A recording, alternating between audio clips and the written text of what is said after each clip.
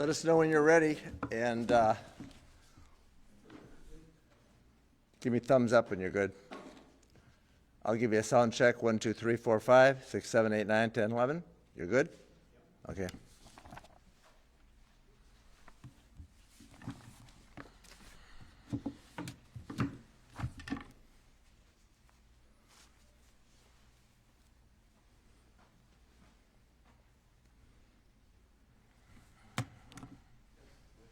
All right. Come on. Yeah, come on in.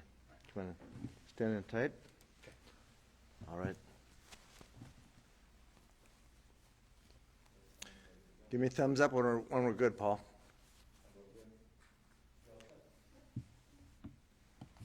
All right. My name is Jeff Anderson, and I am the founder of the law firm Jeff Anderson and Associates. I'm here with colleagues who will introduce themselves, and we're here also to announce, and on behalf of two very courageous survivors, lawsuits that have been filed by each of them, naming Monsignor Craig Francis Harrison as an offender, as an abuser of each of them. And in each of these suits, now filed as of yesterday, one is identified as Doe 430, the other is identified as Doe 429. And they are identified anonymously as victims of Harrison because the law protects their privacy. And the law in California now gives survivors an opportunity to have a voice, to take an action, to expose an offender and or a practice that has been employed by the Catholic bishop in Fresno. And we stand here with them today, grateful for their courage and answering the imperative that there is a peril, that there is a peril posed by Monsignor Harrison, not just to these children, but to children, past and we believe present, and that there's a peril posed by the practices employed by the Catholic bishop in Fresno. And we'll talk more about that. First, let's talk about the lawsuits filed. In the case of Doe 430, under the Child Victims Act, he has named actually Monsignor Harrison as an offender, and in it has claimed and asserted that beginning at the age of 13 to 14, while Harrison was a pastor at St. Francis of Assisi in Bakersfield, that he repeatedly violated that child, who was a devout Catholic under the control of Father Harrison, who allured him in to his rectory and violated him there repeatedly. And that's set forth in this complaint.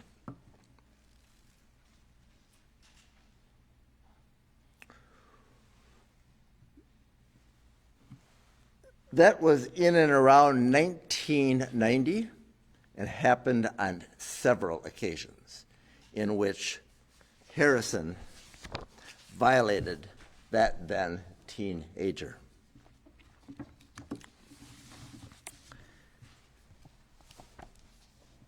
The second suit, also filed, is under a pseudonym, and under California law, the privacy of the survivors gets protected, and they're allowed to use Doe, in this case, Doe 429. And in this case, it names Monsignor Harrison as the offender, while Doe 429 was then a parishioner with his parents at St. Joseph's in Faribault. And while in the rectory and while a teenager, Harrison violated that child, betrayed that trust of that child and that family repeatedly in the mid-1990s. According to the complaint, that would be 1993 to 1995 timeframe, when he was then a teenager between the ages of 15 to 17.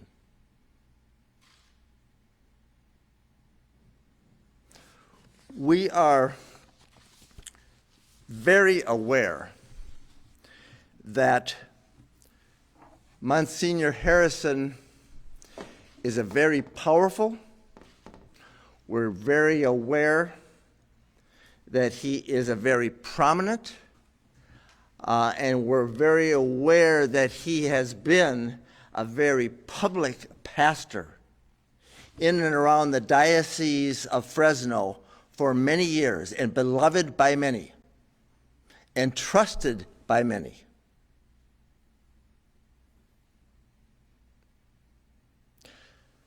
But what we also know, and have developed a body of evidence to show, as we allege in these suits, that as powerful as he is, and as prominent as he has been as a pastor and as a Monsignor assigned by the bishops, he's also a predator.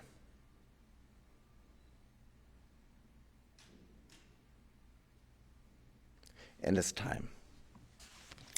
And we applaud the courage of each of these survivors who have filed each of these cases in having the courage to share the secret that they carried in shame for so many years, and to have both reported to law enforcement and now under the Child Victims Act in California been given the chance to have a voice, to identify the individual, in this case the cleric, Monsignor Harrison, that violated each of them repeatedly as vulnerable youth.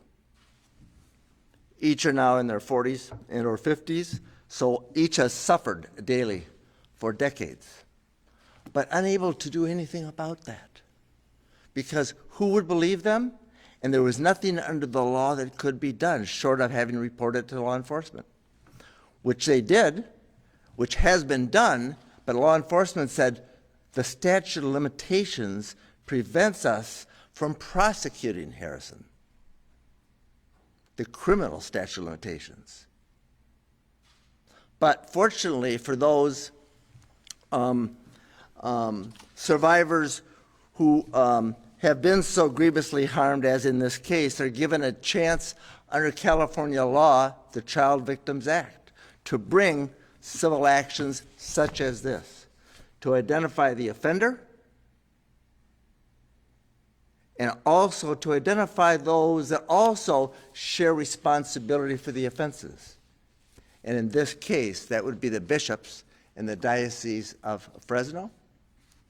And also, to the extent the parishes are also named as well in this lawsuit, where the crimes occurred and where Harrison committed those crimes. And so we are grateful to the legislature and to the governor for passing a law that gives survivors a chance to protect others, to stand up for themselves and be given voice, and also to protect their own privacy at the same time and be a part of protecting other kids in the future from a similar peril, knowing that they have suffered and do daily. We're also here to also identify the broader peril that is so grave and so urgent, and that is the practice being employed by the Catholic bishop present and past in the Diocese of Fresno.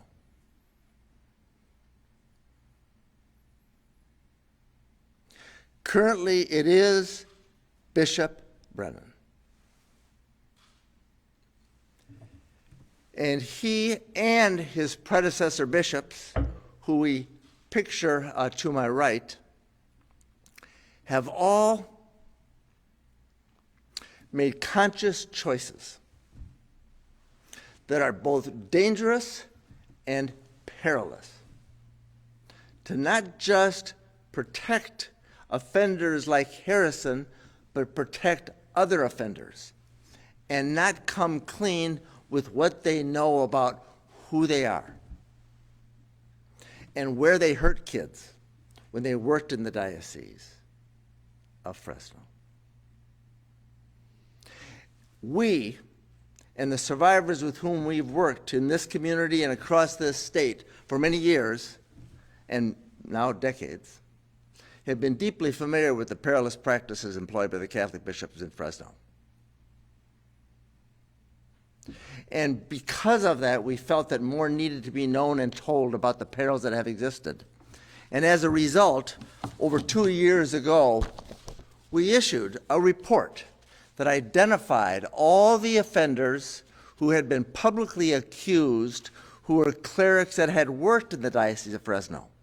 We called it the Anderson Report. It's over 2 years ago we issued that report. And in that report, we identified then over 42, I think it was 42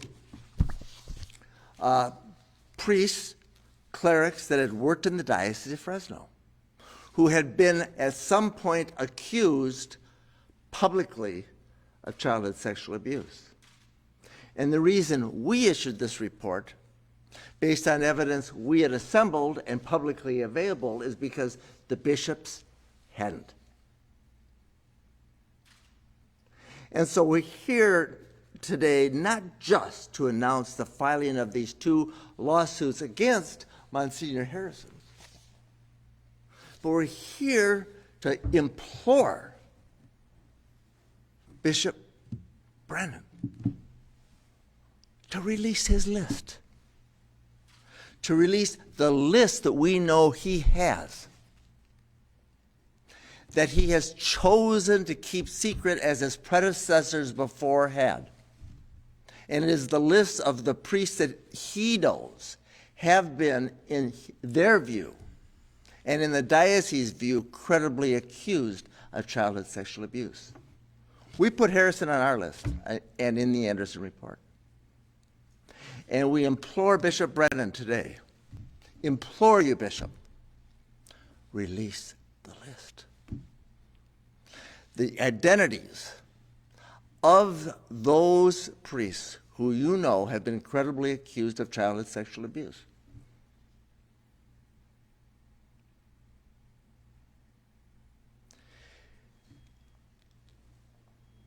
Most of the bishops across this country, under pressure from survivors and in litigation, have released lists. And most of the bishops in California have too. Bishop Brennan has chosen to keep it secret. Bishop Brennan has a list. He knows the names, he knows the histories, and he has evidence in his files.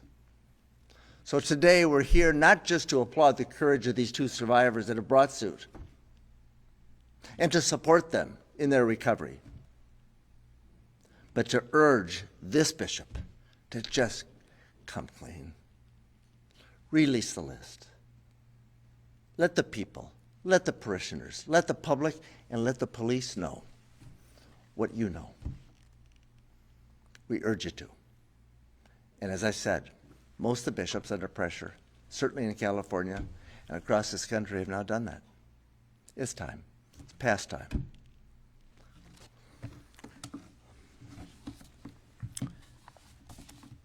We also know that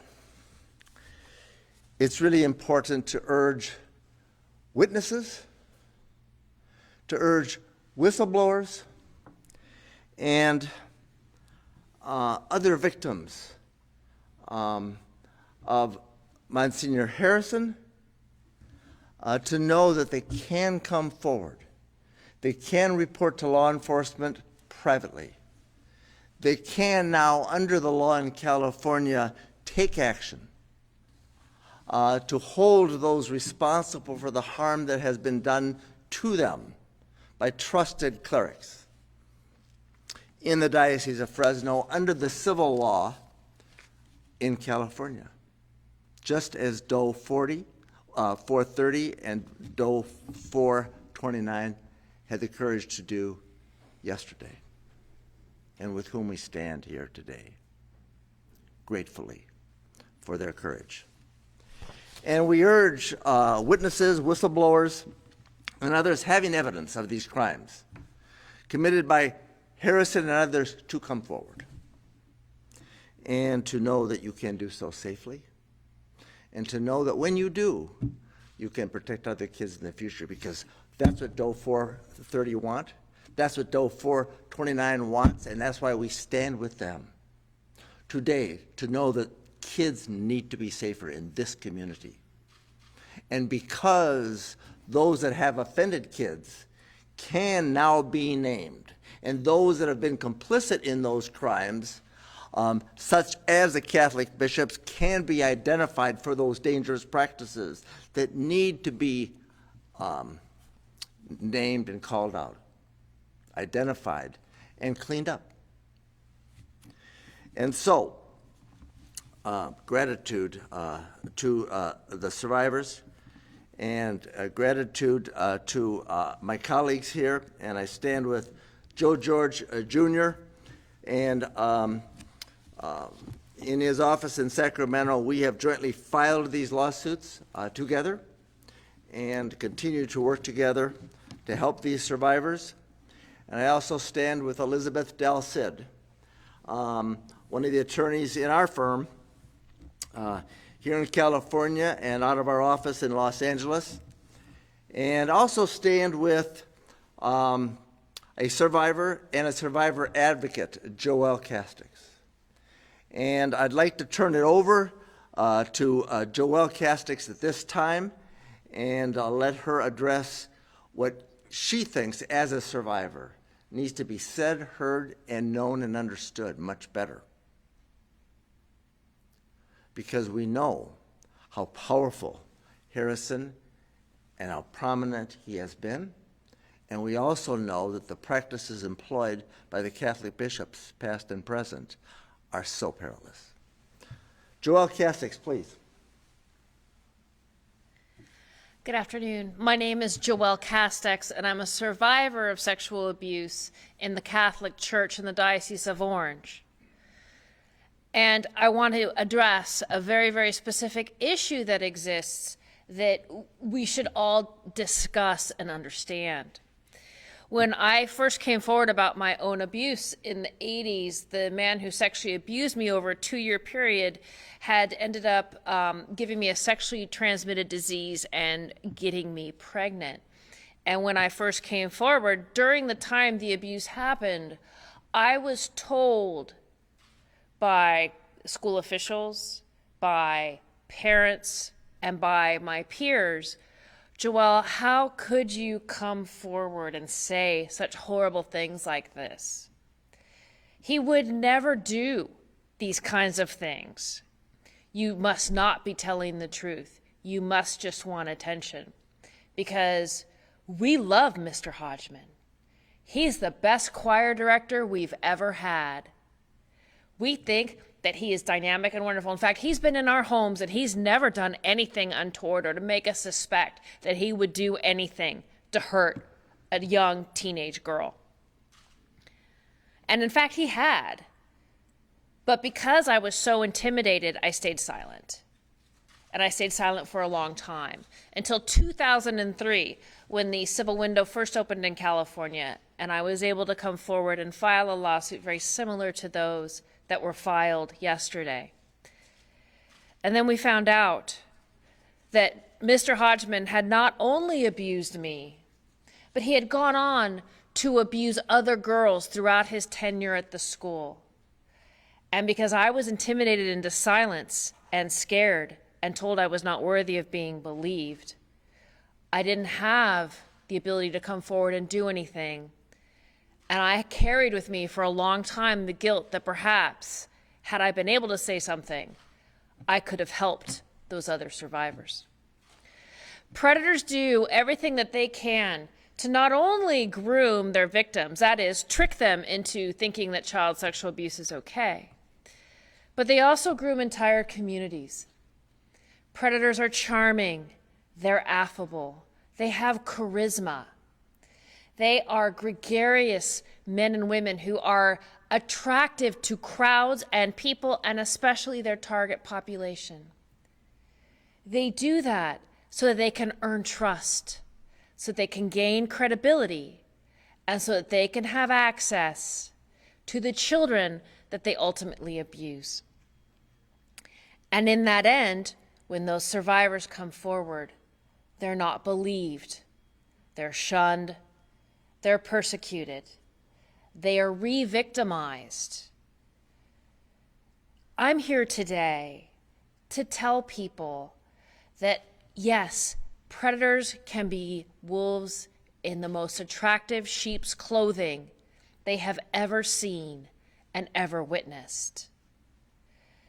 And when survivors are brave enough to come forward and to put their lives on the line, to file lawsuits, to speak publicly, they do so because they have one goal, and that is to make sure that what happened to them never happens to another child. And we need to understand and embrace and believe survivors. And we need to make sure that we understand that predators exist among us. And no matter how much we love them, no matter how much we think they're wonderful, that these can be people we know and love, and they are still capable of terrible, horrific things for which they must be held accountable. Thank you very much. Thank you, Joelle Castex, and her experience involving a very prominent figure in the Diocese of Orange, and then when she was given the chance, as survivors are now, to actually expose that offender, other survivors did come forward. And she then became a part of protecting other kids and allowing her to experience a measure of accountability, hope, and healing, and thus brings her to us and with us today as an advocate for the protection of children. And every time a child who has been abused stands up as an adult or otherwise, as these survivors have, they're doing something to protect other kids and make the communities safer. And to you, Joelle Castex, we are grateful for your commitment to child protection. We also know that in the Latino community, this is a grave problem, and it's really hard for folks to speak out and share these secrets, fearing shame and scorn and criticism. And we know that even today there are supporters of Harrison even attending this event today that don't want to believe that he could, or don't want to believe that he did, and choose not to, and have spoken vigorously and much like those speak in support of the most powerful among us, who also can be and are predators. Just as Joelle Castex talked about Hodgman in 2003. And in the community, the Latino community, we have Elizabeth Del Cid, one of the lawyers in our firm. And I really think is going to address this issue and help speak to it. And I'm going to turn it over to you, Elizabeth Del Cid, and Thank you, Jeff. give it to us. Thank you. Buenas tardes. Mi nombre es Elizabeth Del Cid y soy abogada con el bufete de abogados Jeff Anderson and Associates. Estamos aquí hoy no nomás para agradecer, pero también apoyar a dos valientes sobrevivientes de abuso sexual cuando eran niños, y el depredador en este caso fue un sacerdote católico.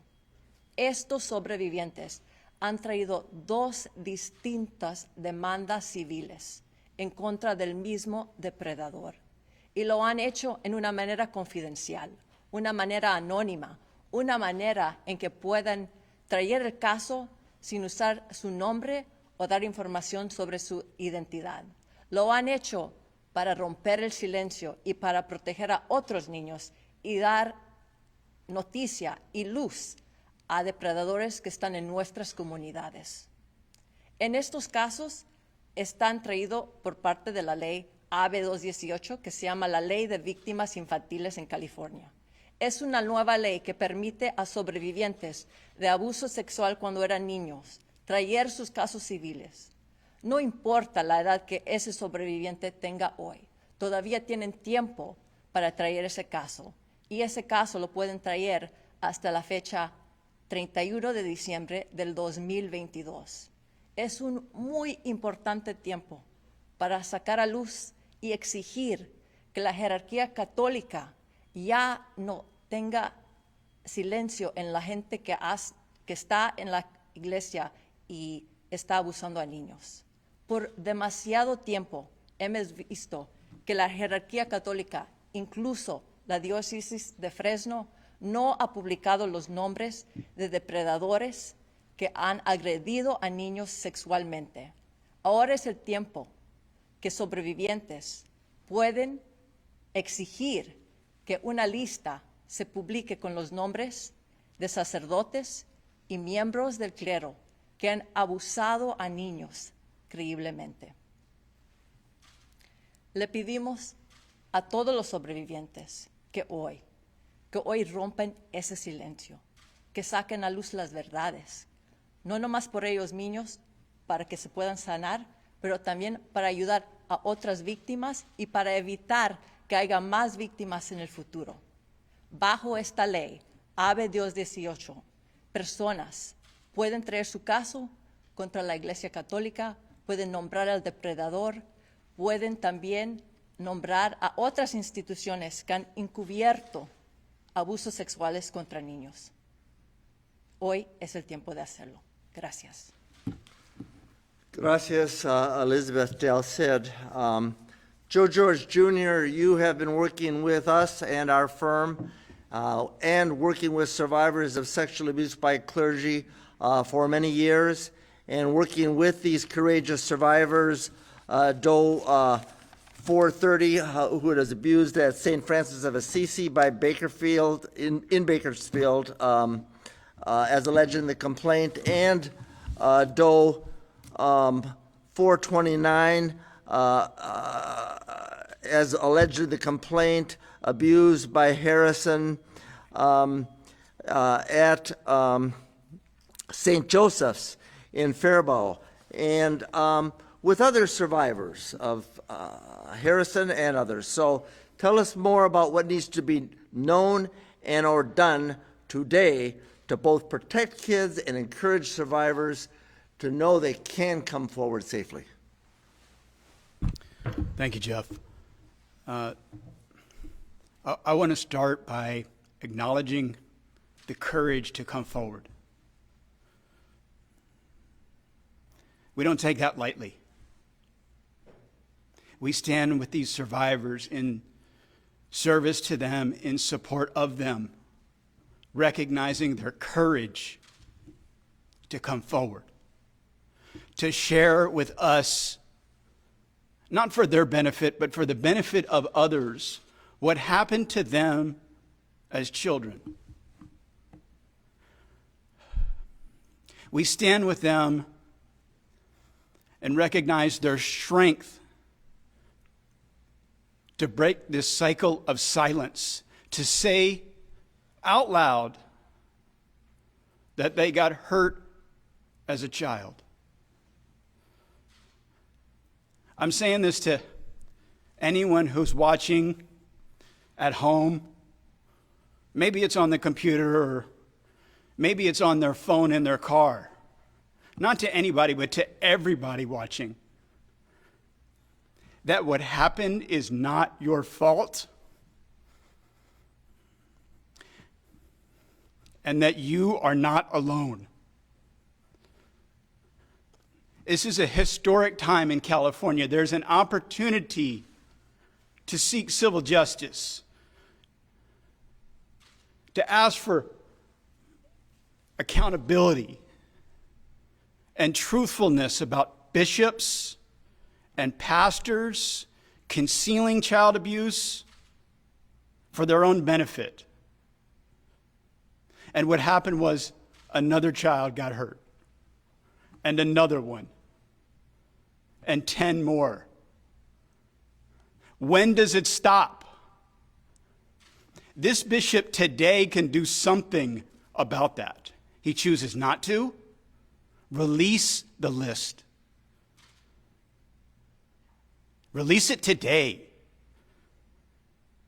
If you want to protect a child instead of yourself, release the list and tell every survivor out there through that list, they're not alone.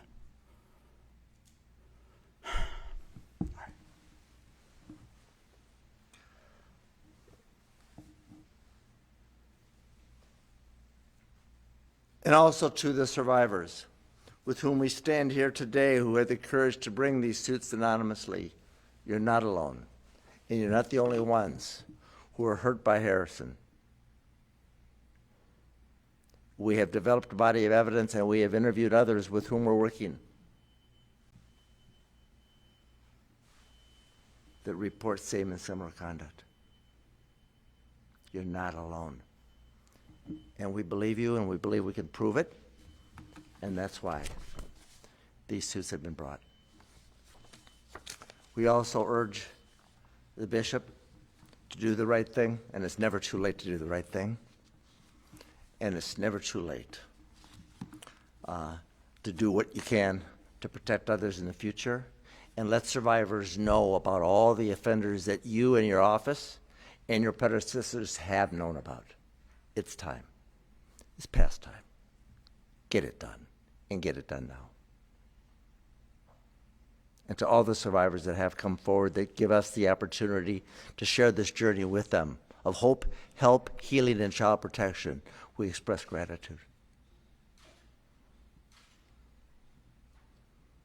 And in this diocese, we express and implore the top officials and the Catholic bishop to do the right thing and have the courage to expose the secrets and the names, the identities of all those offenders known to you and your offices. It's time. Thank you. We'll take questions. Harrison's attorney says this is ultimately about money. What is your response to that? Look, this is first about giving the survivors a chance to have a voice and to get help, hope, and healing. And it's about giving the survivors and standing with them a chance to protect other kids in the future. And offenders like Harrison and his attorney will want to say it's about something else other than child abuse and the harm that's caused by what he did and what he has been allowed to have done.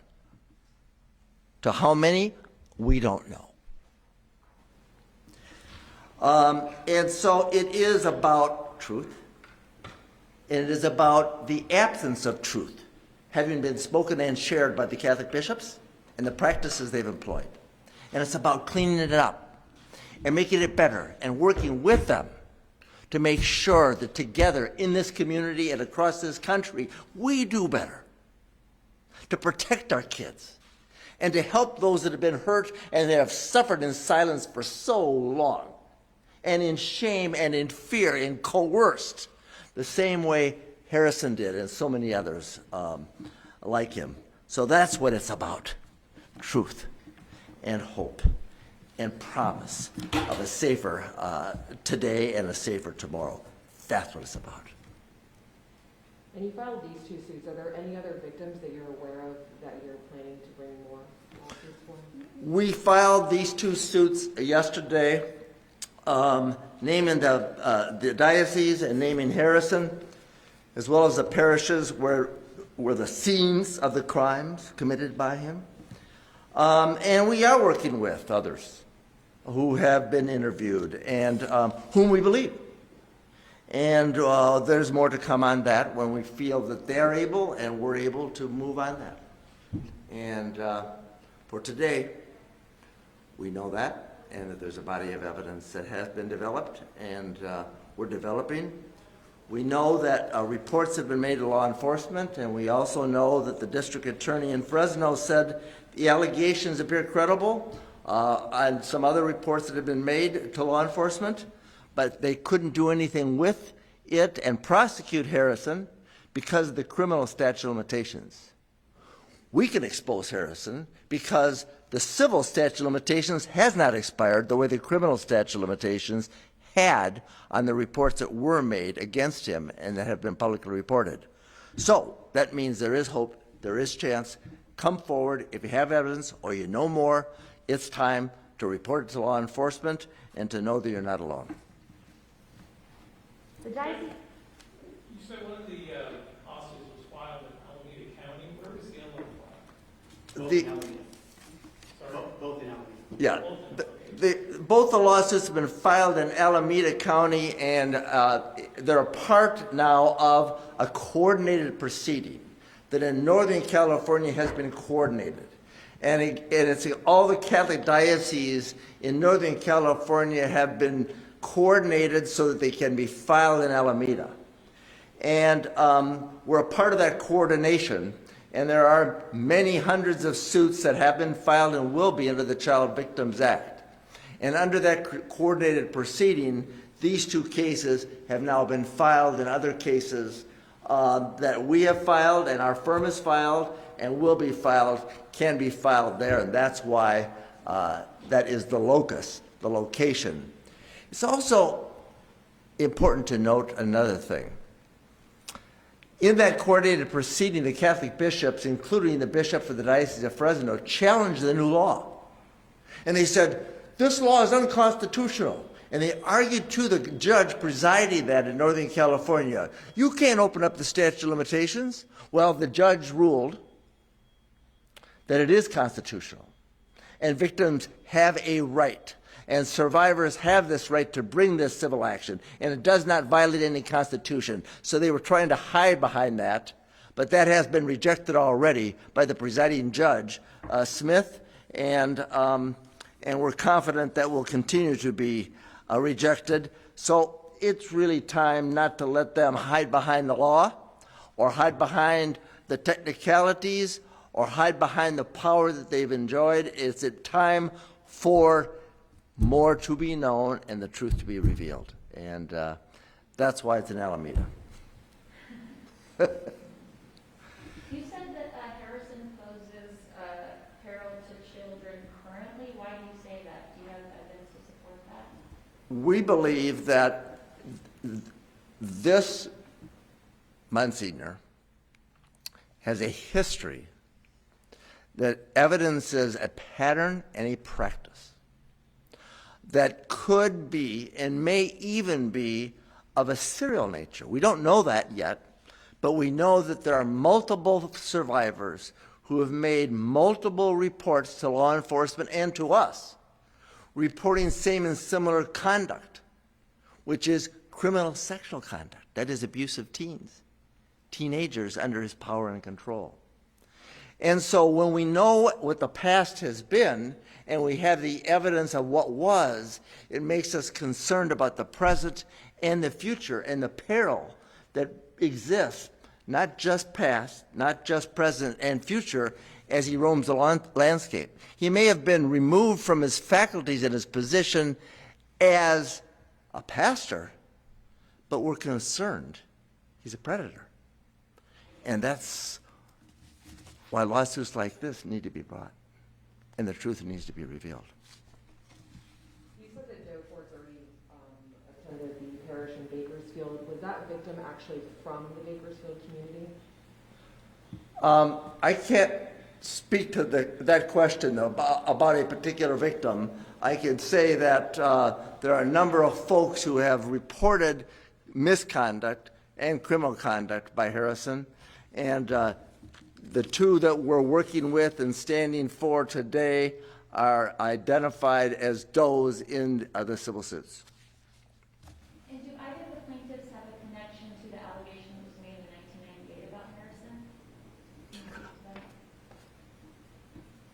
I don't think we're really getting into that. I think what we can say that every time we're working with survivors and the survivors we're working with here today, report to law enforcement, and that's what we need to have known today, that it's time to have it more known. Thank you all, and thank you to these courageous survivors and all that have come forward and all that now can under the new law in California.